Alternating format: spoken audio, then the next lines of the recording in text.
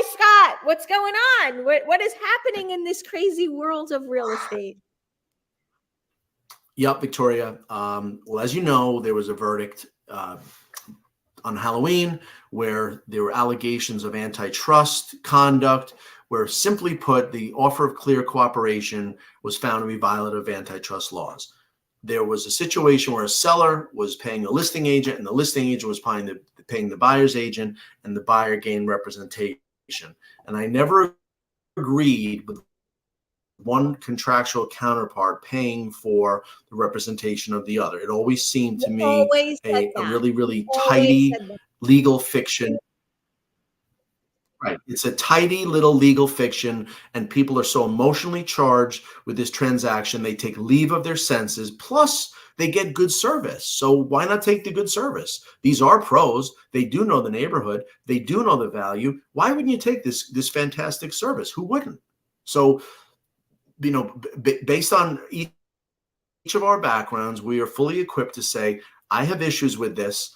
And the key function of our entire dialogue series is this: ask practitioners, what will you do? If there's no longer either, whether it's disallowed or the offer of compensation can be done voluntarily, if it's not, if there is no money being paid by the seller, then it's up to the buyer's agent to get paid by the buyer. Now, in your experience, working with Coldwell Banker, working with Exit, working with title companies, mortgage companies, very few people have your background, Victoria. All of the larger brands, yes. And all the brands, you're an expert. You know more than anyone I know, probably. If you add them all up together, I don't know about that. Have you, in your experience, has buyer agency ever risen to the level of 100% buyer agency agreements and then specify what they're going to charge? No, absolutely not. So that should have happened in the 90s when they changed over from sub-agency to buyer representation, and that did not happen. So basically the seller continued to offer the compensation to the buyer agent, and that commission was always coupled. And right now, that is what this whole lawsuit was about, to eliminate that. Buyer agent goes to, and buyer goes to buyer agent, has their own contract, seller and the listing agent have their contract. When you think about it, Scott, it does make sense. Right. And then I know you're trying to explain to whoever's seeing this, but to me, there was always an unfairness, and it had a real practical approach where I'll go overall, and then New York State. Overall, all that a realtor needed to do to earn a commission was get in a deal. Yes, there's a lot of processes after that. No one's saying that realtors don't do everything. They do. But there was a real unfairness where a seasoned pro would be compensated as much as a brand new rookie. There's also an issue where if you were my listing agent, and I know you're an expert, and I am really a sophisticated investor, I never understood why we had to add someone to our deal. We have to add someone. I got to pay someone to get in our deals. My deal, like, is, too many chefs spoil the broth. I didn't want this person in my home sale. Now you probably think, well, the buyer needs someone. And I say, you're right. So bring that person in of your own volition. I didn't want someone who doesn't know about my home, me or you, in our deal. So now and that's a personal choice. That's a personal choice. And the opportunity to do that. Yeah. It's an unpopular decision, but this is my house. And I don't want anyone in here that's going to give me an obstacle to my sale. That's where we are. Now, someone coming in means it's money off the top. And then when they give me a lower offer for no reason, it's not like they have a reason. It's not like they conducted an appraisal. The offer below my asking price is not based on anything. And worse than that, it had a very, very minor impact. $50,000 to a seller is $50,000. $50,000 to a realtor is negligible. And $50,000 to a buyer, if they're putting 10% down, is $5,000. The seller is the one that's impacted the most. And on top of that, that $50,000, if they are lived there 2 of the last 5 years, the capital gains exemption is real $50,000 tax-free income. So that's a seller. How many times have you ever heard in your life where a seller pays a buyer's commission and they didn't get full price?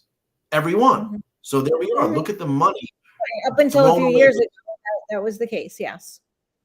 Right. And I think culturally, sellers have thought, oh, it's a part of doing business. It's a tax. It's a fee for a real buyer. That's what they think. Mm-hmm. Right. Right. There's, Well, there's so where many are we now? aspects. Now that we have this case, what happens now? I mean, the DOJ wants the system changed. And like we said before, it does make sense to do it that way. I mean, I'm not one of those that's jumping up and down about this. It's happened. It's not something that's hilarious. What we're hearing some people saying, "Oh, this is hilarious that they would think this." I don't find this funny. I find this very real. Talking about appeals, talking about all these different things that are going to happen. The fact of the matter is it's happened. And it's not the only lawsuit. There's other lawsuits coming down. The changes are inevitable. They're coming. And what do we do now? Buyer agents have to figure out how to stay in business and get those contracts signed by their buyer that they're bringing in. So let's talk about that. What do you You're say? only talking about the perspective of compensation with regard to licensed professionals. What about the people? What about the people who are of the belief that realtors are free? They accept the service. Think about it. They get a disclosure that says, I work for you. I'm the buyer's agent. I wonder, do they think they get a service at no cost? Do they even think that this fee is baked in? There's no way. Yes, I'm telling you, I would love to tell you that is not the case, because over the years, we've all heard agents say, I am not free. I will not work for X amount. I am not free. And yet, when you go on social media right now with this whole case going on, they're writing this in writing, but the buyer doesn't have to worry about it because my services are free. And it's not free. Well, It was okay, never. so to support what you just said, one of the proposed, I should say, one of the statements in the proposed settlement by RE/MAX said, we won't say we're free anymore. Now, isn't that nuts that they had it? And the Department of Justice said that doesn't come even close. So in their settlement, to get out of this degree of hot water, to avoid billions of dollars, they had to agree that they would not say that. So it goes to show you exactly what I said. For as many agents that say we were never free, I would never say that, that's how many agents are also saying it. So I'm glad that they did that, because the truth is we're not free. I know that's the fact, but RE/MAX said their settlement to the United States of America was, we won't lie anymore. Well, I'm not sure they said we won't lie anymore. They said we will make sure that. Well, they said they will no longer say they're free. Right. One of the items was, we will not say that. They never were free, because it involved, in fact, it was far from free, because buyers who baked in the commission were actually paying more than the commission because of the financing. Unless you can find me a loan with 0%, then it is more than what they agree to pay. Look, that's a very good point. That's a very good point. And they didn't realize how much they were paying, and they could not negotiate that, which is why this whole lawsuit came about. So we get that. And I think a lot of people understand that. My question now is, okay, we're past that. It's happened. Here we are. Now what? Well, we know listings are going to survive. That's what they want. You and I have discussed there will be a race to the bottom in both buyer and seller side, because if there are more options, things. Yes. Right. So they could lower their commission, just like there's sometimes lower prices for commodities. So the brokers are not going to be able to uphold any kind of internal standard. And the buyers buyers agents are on their own to demonstrate their value. Now, I'm bad on this, because I can demonstrate right now in my kitchen that water boils at 212. I can demonstrate it's going to be the same everywhere on earth. But are you telling me that the realtors have some proof they can demonstrate their value. There's 1.5 million of us. You're telling me we all can say we all have the same value? It's ridiculous. And No, some will be. they can't. And I do think that there are agents that can and will, but I also think that a large percentage will leave the business because they won't be able to demonstrate that. And what I'm seeing, this is, my pet peeve right now, and you and I talk about it all the time, the misinformation that's out there. I see trainers out there saying, well, if this is coming down, you should be more of a listing agent. Well, that doesn't solve the problem, because if I wasn't a listing agent before, how am I going to be a listing agent now? And what will happen? So who's going to represent the buyers? How about let's learn how to demonstrate our real value and get the buyer representation agreement signed properly. And this way the buyer can negotiate directly with the buyer agent the way it's supposed to be, and the way it's going to be. Yes. Okay, but no. think of this whole conversation, the whole specter of this conversation we're in. Think of this. I see articles, how to get the buyer agent the agreement signed. We are the agents of the principals. We are fiduciaries. By definition, our needs are second to that of the client. Now, I don't know how that was ever the case. I don't know how fiduciaries were ever compensated based on sales. However, we are fiduciaries. This is the New York State has the agency law. They're the principals.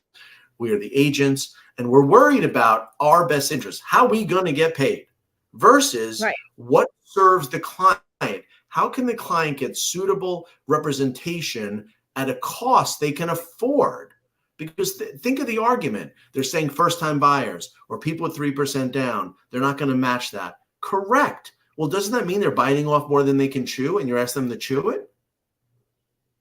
Well, I mean, you're talking about following an old system in a new dimension. And that's where the disconnect is.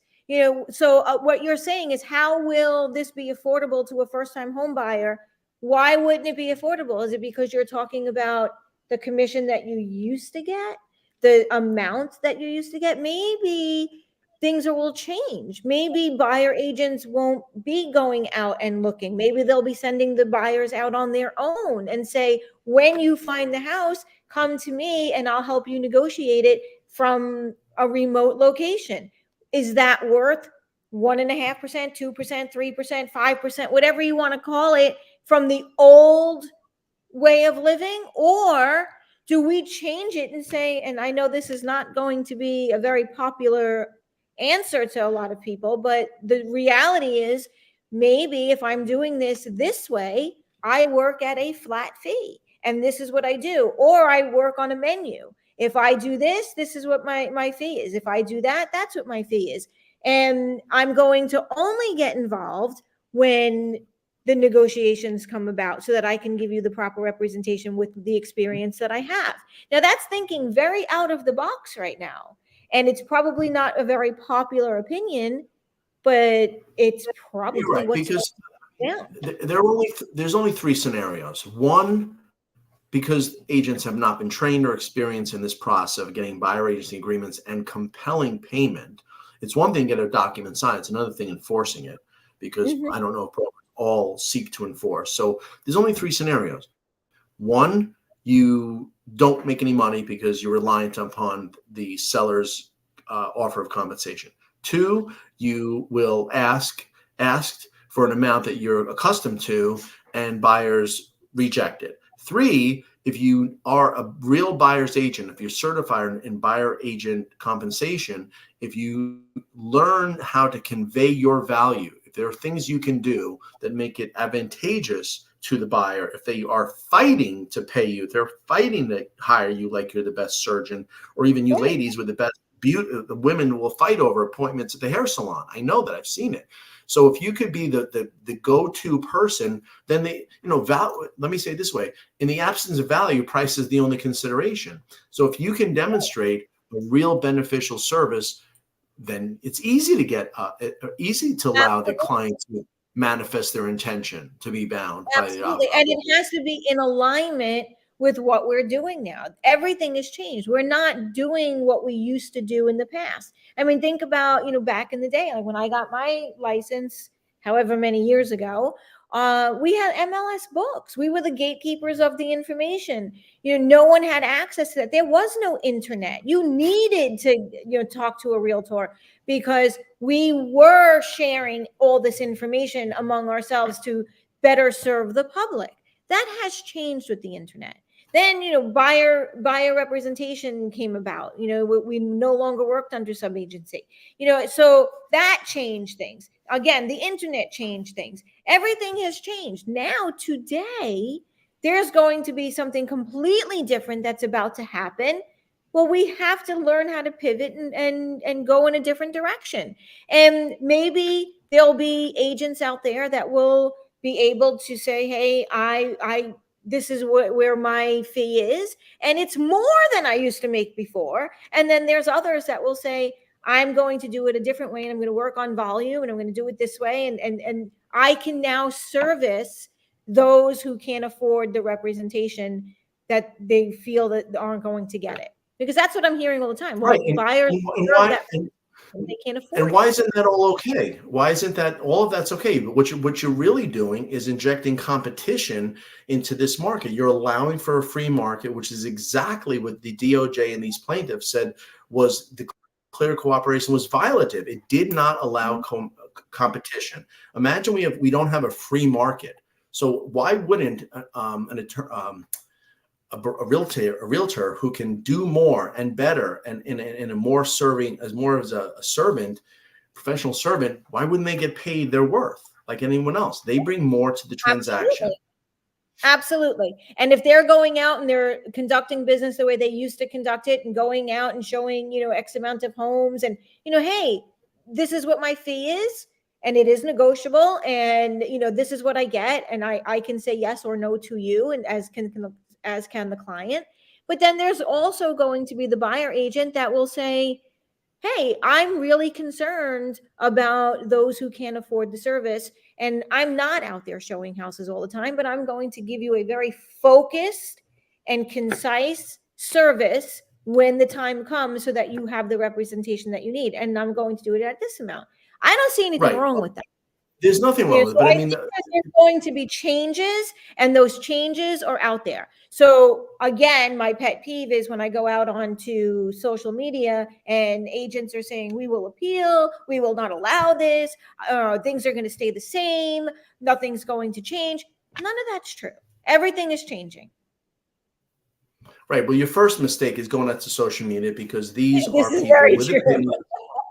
I mean, no, and seriously, they're. I mean, I'm going to use two words that people don't want to hear. They're unaware and they're incapable. And the reason why we say they're unaware is because they have not been initiated. They're listening to a lot of rah-rah cheerleading, which is misplaced, and it's even silly because there's cheerleading and assertions based on a yet to be decided matter. You heard about 8 jurors that took 150 minutes and they answered 4 questions. We didn't see how that verdict was woven into a judge's decision and order. So we're talking about appealing something you haven't seen. It doesn't exist. It's silly. And they're talking about several bases. Right. And we're also, we're hearing agents out there talking about how they're going to appeal because this should have been a rule of, not per se, a rule of, what do they call it? A rule of reason, right? It should have been a rule of reason, not a rule of per se. Well, you know what? I don't know that to be the facts, because if this was an antitrust violation and the judge said we're ruling on per se, I have to trust that our attorneys know what they're doing. So the attorneys were out there, if they think that there's an appeal that can happen, great. Tell me what the process is. Explain. Some people say nothing. Some people say nothing's going to change. And you know what? I agree, because nothing was stopping you before from getting a buyer's agency agreement and getting it paid. Nobody stopped you. So that is the same. So the fact is that when people say that it's going to stay the same, is what they want to do is continue to engage in the practice that was found to be violative. That is going to change. That is So people, absolutely going to change. it already It changed because I've asked an attorney for two different attorneys for boards of realtors. I said, how in the world are these companies that were named defendants who were lost and are now liable for 5.4 billion already? The next suit, Gibbons wants 600. If you go 200 it's times 200 3, billion, but if you triple it, yes. and, just as an aside, do you know? I mean, do you know how many minutes? I'm sorry. Do you know how many? Let me think. 1,000,000 seconds is how long? I don't know. Right. What is Because it, a I million? want to give you perspective. People use the B word all the time. Billion, Oh, billion, billion. billions. A million seconds. I'm trying to give you an understanding. Oh, let's A ask Google. million. No, I know the answer. So Oh, just okay. Well, when people tell me throw the these answer. Why are numbers, you making me wait? because this is what you do to me. So a Oh million my seconds. God. A million seconds is 11 days. Do you want to Wow. know? And this is going to blow your mind. This is going to blow your mind. When people How say many 5 is a billion billion? people, how many seconds, how much time is a billion B seconds? A billion Oh seconds is how boy. long? How long is it?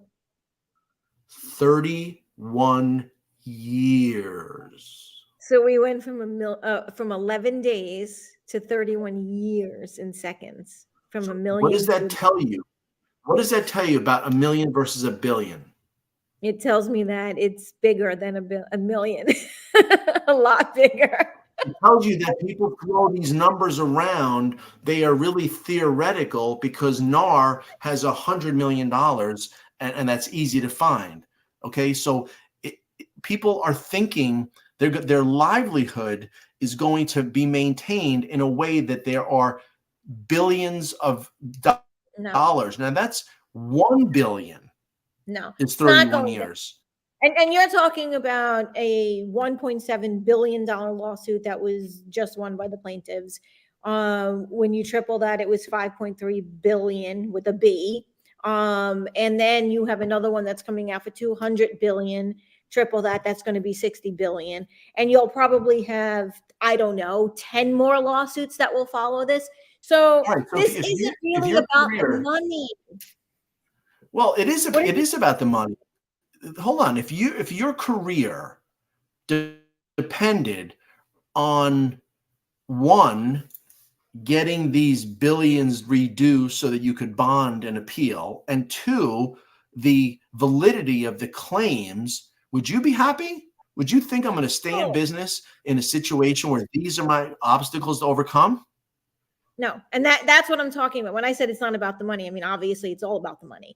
But what I meant, stop focusing on the money part and focus on the changes are coming down. It's real.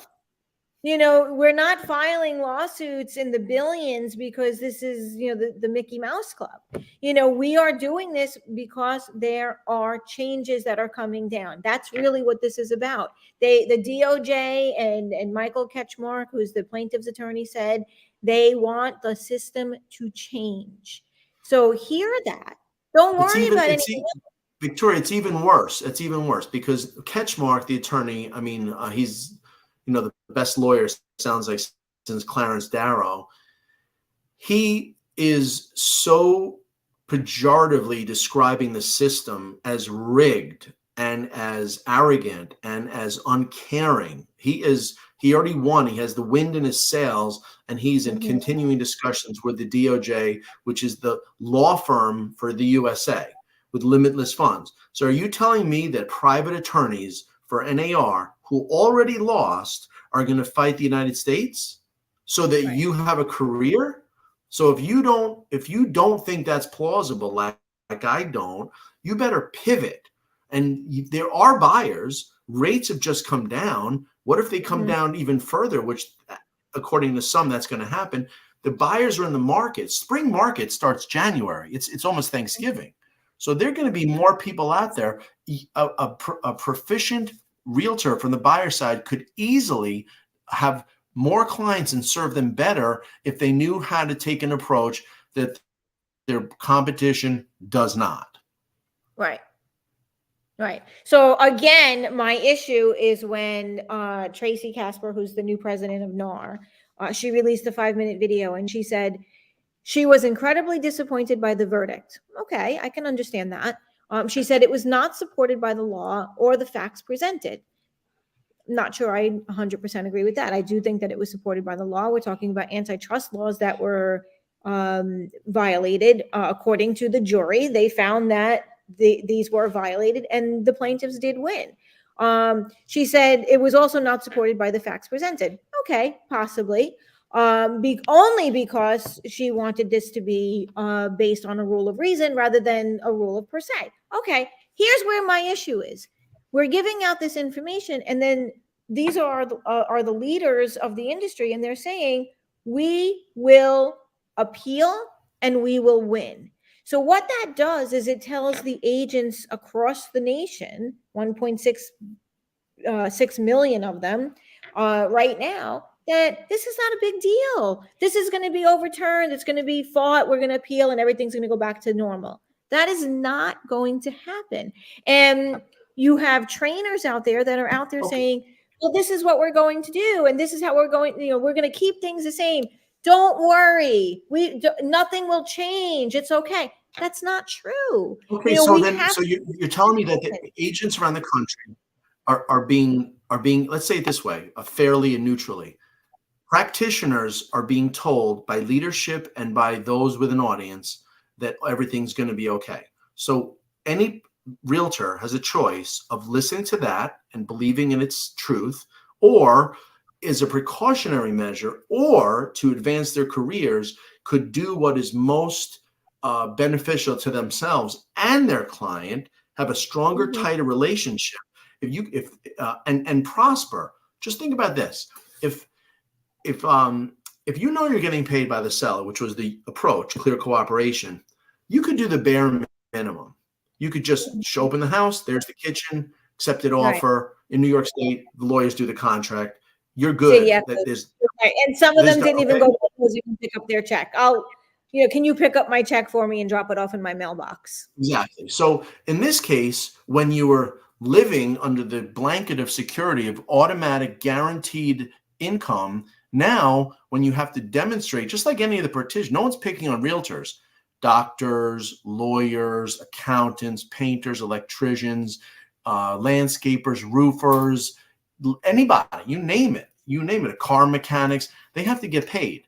So when there's no longer, based on the violative practice, have the chance to rely on that security, is it a bad thing that you show the client and you carry out your intended services? You say, I'll do this, I'll do that. It could be repairs. It could be reduction of closing costs. It could be superior negotiation skills. It could be a closing date. What if I want to close, after Labor Day and my kid has to go to school? So there's so many ways that you could really, really enrich the relationship. Guess why? Because you have to. Whereas before, hey, if we close after Labor Day or Labor Day, I'm going to go to a barbecue. I'll get paid. I don't care. But I'll tell the buyer it is what it is.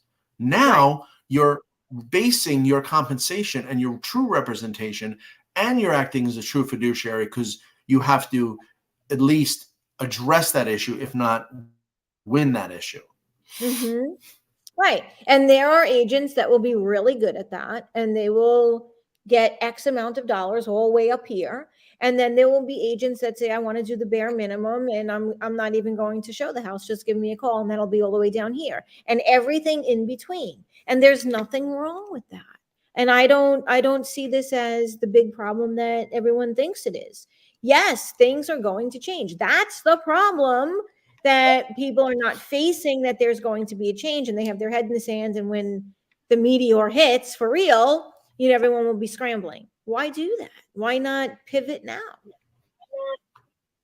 Yeah, and one of the things we talked about are what would be a pivot. So if there is a situation where there's no across the board compensation, in the past, a broker, whether it's an independent or a franchisee, or I forgot which it is, franchisor, franchisee, an owner of a company, the broker owner says, okay, franchisee is the broker owner. Okay, so that means that on a Saturday morning, all the agents are showing property, and they're all expecting correctly and legitimately the compensation that goes with each property. That means 40 agents are going out showing 40 houses, and they each are what is offered. So you could say if 10 work, we made X because we know the commission attributed to each property. Now we're going to have agents of varying capability or even interest in doing the minimum or entering into all these negotiations with people with no authority. No agent can negotiate. They could suggest, and they have to take it from and these are not agents. These are prospective agents. These are possible relationships. You have to go back to your daddy, the broker, and say, is it okay to go on a date with this guy? Because you don't have the right until daddy says yes. So you're trying to get involved in a relationship with that buyer. And you and I have talked about all the pitfalls of that opportunity, because what if you don't have a buyer's agreement? What if you don't have an understanding and consent? You're going to just chance it and do it as they're all filled with energy and it's a beautiful spring day, and they're going to, they may just ignore you and run right to the listing agent. Right. And they can go directly to the listing agent. Even if you showed them the house, it doesn't matter because you don't have any agreement with them and you are not a party to the listing agreement anymore.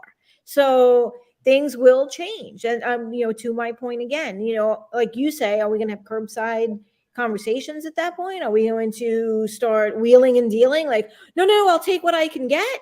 No, you have to be prepared. You have to know exactly what you're going to do. And different clients are going to need different services, all the way up here, all the way down here, and anything in between, like I said before. And some agents will only be up here and they won't do anything else. They'll refer it out to somebody else. And those other agents may just be strictly transactional and say, I don't really care about building a relationship with you. I'm only here to help you negotiate at the time of negotiation. And that's the only relationship I'm going to have. And that also works. So like there's a lot of different things, but I love having this conversation with you. We can talk every day, all day about this. There's a million different ways that we can help the public, and we can help agents, understand about these changes and what to do with them. But I have to go. What we're going to do is give you our professional assessment that this situation now exists. The people in the business are going to have problems. There's one or two ways to address it. And then there's other ways I could show that there won't be problems because offers of compensation will exist. So it's going to be a really, really new world. It's exciting for some people. Some people are happy to get rid of the, really part-timers. There's a lot of pros that want the part-timers out. But think about it. NAR is a business. How much are the dues? $500, and there's a million of us. That's 5 million. That's what, 50. I don't even know the amount of money that they're set to collect for 2023. Right. So well, last year they said they had something like 225 million that they collected. Now, I think a lot of agents will leave the business, but that's okay. It's all okay. Those who will stay in the business will be the ones that accept the change and the ones that aren't following all the misinformation. But this has been a great conversation as always, Scott.